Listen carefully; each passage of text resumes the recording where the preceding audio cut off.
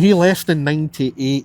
How emotional was that? Because it was also the breakup of the team as well, and you all knew it, didn't you?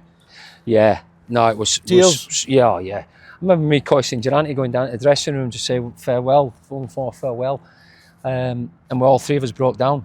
Yeah, it was emotional, but then you always turn that into, well, listen, let's not cry about what we've missed out on. Let's look back at what we've been fortunate to have together, and as people, and we ended up having a good night in the end, really, just by memories and reminiscing. But listen, I had a year left, and Dick Avocad spoke to me. He wanted me to stay for a year and help the younger boys coming through, your Charlie Millers and obviously Barry Ferguson, Derek McGuinness, people like that, even though he was bringing players in.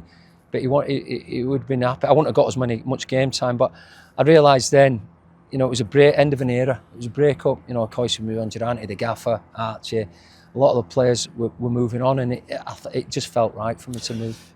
Up until his really sad passing, did Walter remain somebody that you would speak to regularly? Would he remain a kind of mentor figure for you?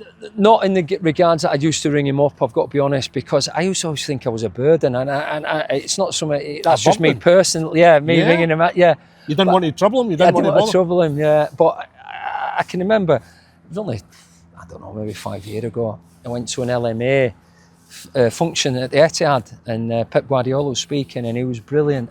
And it was on the back of the gaffer, not being so well, even though, and then I went not expecting to be there, and he was there. And for all brilliant Pep Guardiola was, and meeting the other coaches and that, the 10 minutes I had a cup of tea with the gaffer, that's all I could talk about when I went home, and to people, to see him, he was looking so well and doing well, and just talking football and reminiscing and that, and he always brought just a smile. I even think about him now, and like saying, not so much as a manager, as a coach, but just as a man, and just great values, great standards, and everything that that you want anyone to be, really.